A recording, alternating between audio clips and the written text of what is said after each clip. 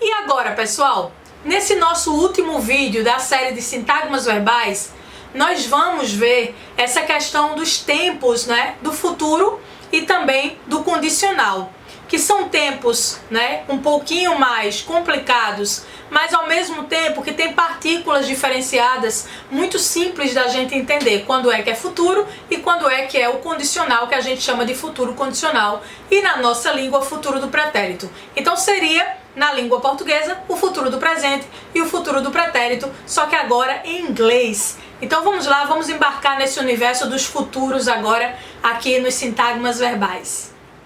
Então, pessoal, quando a gente fala dessa parte 3 do sintagma verbal, a gente termina os tempos mais simples, mais básicos, para entender essa parte verbal, essa parte do sintagma dentro das orações, para facilitar a leitura do inglês instrumental.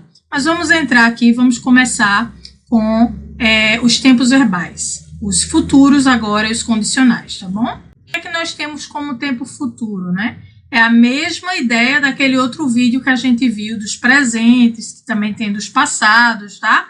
Então, a sistemática é sempre essa mesma, Como eu falei no outro vídeo, você começa a perceber que os tempos verbais, eles meio que se repetem nos estilos que eles têm, que são esses quatro. É o futuro simples, É o futuro contínuo, o futuro perfeito e o futuro perfeito contínuo. Então, essa terminação vai aparecer em todos, Simples, contínuo, perfeito e perfeito contínuo. Como é, então, que se forma esse futuro simples? Então, o futuro simples é formado pelo sujeito, a partícula will, que a gente já comentou também nos outros vídeos, é uma partícula temporal usada para o futuro simples, E o verbo no infinitivo, sem o to.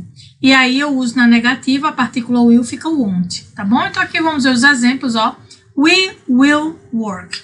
Então, eu tenho aqui o auxiliar, que a gente chama no caso, partícula auxiliar, que é o will, e o verbo principal no infinitivo, na sua forma mais pura, sem o to. Então, aqui, se eu fosse traduzir, eu traduziria nós trabalharemos, porque o futuro em inglês equivale ao futuro do presente em português. Então, trabalharei, comprarei, irei, e assim por diante. Outro exemplo aqui, I won't study Spanish, então eu tenho aqui a forma negativa, eu não estudarei espanhol. E they'll play tennis, eu também posso usar com os pronomes essa forma contraída, Então, will se transforma em apóstrofo LL, e aí o termo se desenvolve e se traduz da mesma forma, eles jogarão tênis. Então, tá aqui o futuro simples, como o próprio nome diz, é muito simples, é só pegar a partícula will, que é a partícula de futuro. Então, vocês vão ver que todos os futuros aqui, futuro simples, o futuro contínuo, o futuro perfeito, E o futuro perfeito contínuo vão ter essa partícula, porque essa partícula é justamente a partícula temporal de futuro, will, e aí a gente coloca o verbo no infinitivo e já fica futuro simples. Agora, como é que eu faço o futuro contínuo? Lembra que eu disse que, para ser contínuo, a gente lembra que o verbo vai estar no gerúndio, com ing. Então, como é que eu formo o futuro contínuo? Sujeito, will be, que é como se fosse o verbo to be, no futuro. Então, will be.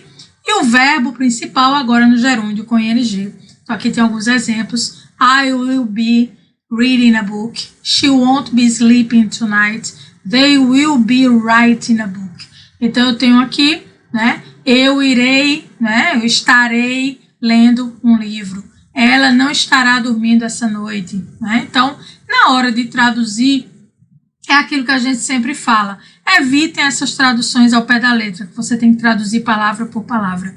Porque, na verdade, o que conta na língua inglesa é o entendimento, porque é outra língua, então a tradução funciona diferente, tá? Então, o importante é você entender que isso é uma forma de futuro, é algo que vai acontecer, e entender aí o contexto quando você estiver lendo o seu texto aí, para saber exatamente como está sendo falado, como está sendo representado esse tempo verbal. Então, tá aqui, essa parte em negrito é o sintagma, e esse sintagma que a gente viu agora foi do futuro contínuo.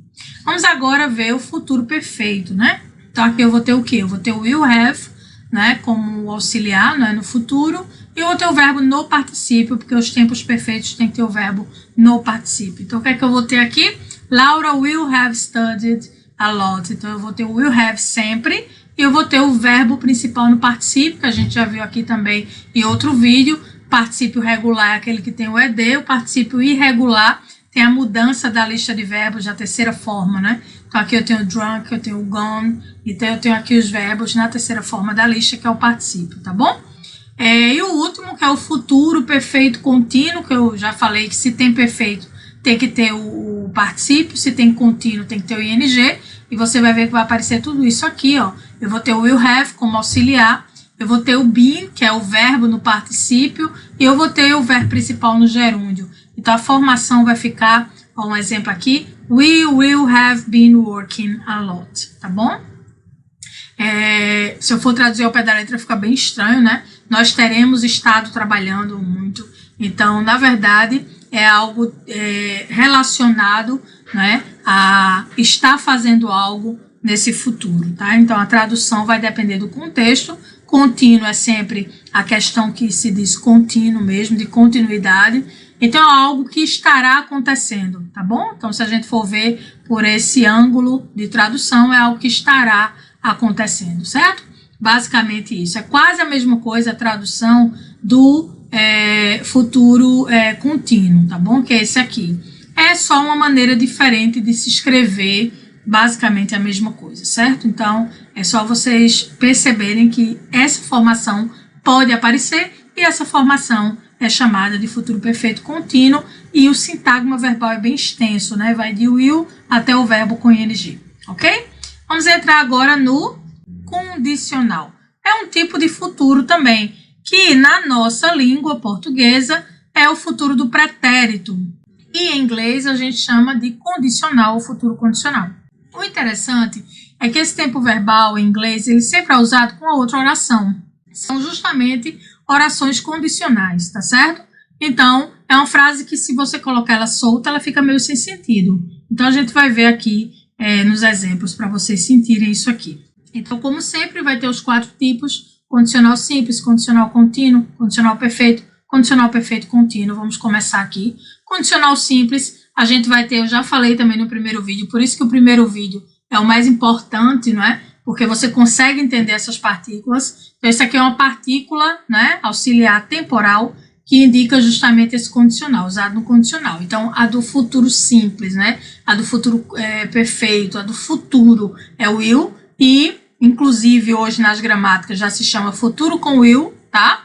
E o condicional, ou futuro condicional, que a gente também pode chamar, a partícula would, ok? Então, quando eu vejo esse would aqui, eu vou ter, no condicional simples, o infinitivo sem o to também. Então, é só colocar would live, would play, would dance. Então, é como o outro, né? Will live, will play, will dance. A diferença está na tradução. Então, will live é viverei, viverá, né?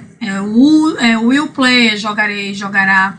Então, would fica no futuro do pretérito. Ó. Would live. Então, eles viveriam em Nova York. Ela jogaria tênis. Nós dançaríamos. Então, seria o futuro do pretérito em português na tradução, tá bom? Só que você percebe que falta o resto da frase, né? Quando eu digo assim, eles viveriam em Nova York, tá faltando o resto da frase, né? Se acontecesse alguma coisa, né? Então, por isso que esses condicionais são usados normalmente em orações condicionais, tá bom? Mas aqui é só para a gente entender o contexto e a questão do sintagma verbal, que é essa parte em negrito aqui. Vamos adiante. Condicional contínuo, eu já sei que vai ter gerúndio, né? Vai ter ing. Então, eu vou ter o que agora? É a mesma formação do futuro, gente. É só trocar o will por would, tá? Então, vai ser agora o would be e o verbo com ing. Então, Anna would be reading a book. Então, eu tenho aqui o condicional contínuo, tá? Pedro would be finishing the exercise. Então, they would be watching TV. Então, eu tenho aqui somente a troca de will por would. E aí, eu vou ter o condicional contínuo. Condicional perfeito, no lugar de will, vai ter would. Would have e o verbo no particípio.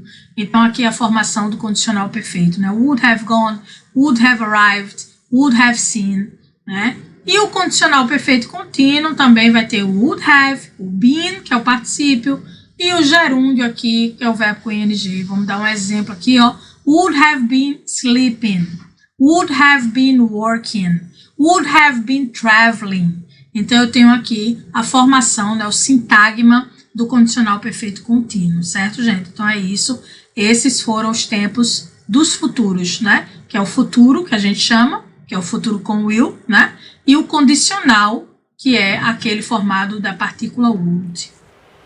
Então, gente, é isso. Eu espero que vocês tenham aí curtido essa série de vídeos, né, em que nós falamos de sintagmas verbais. Tem muita coisa ainda pela frente que não dá pra gente englobar, né, nesses vídeos de agora, mas eu prometo que vamos ter mais vídeos sobre isso, porque ainda temos que falar sobre voz passiva, temos que falar ainda sobre o imperativo, né, que entra de forma diferenciada aí no sintagma verbal. Nós temos que falar do verbo dare to be, que é um verbo diferenciado também, que é o verbo haver, né, além de falar daquelas estruturas que não entram nem no sintagma verbal, nem no sintagma nominal, mas que vai valer um outro vídeo que a gente vai ver por aqui pelo canal. Então é isso, gente. Muito obrigada. Sigam aí o canal, né? E dê um like aí nos nossos vídeos. Obrigada e até a próxima.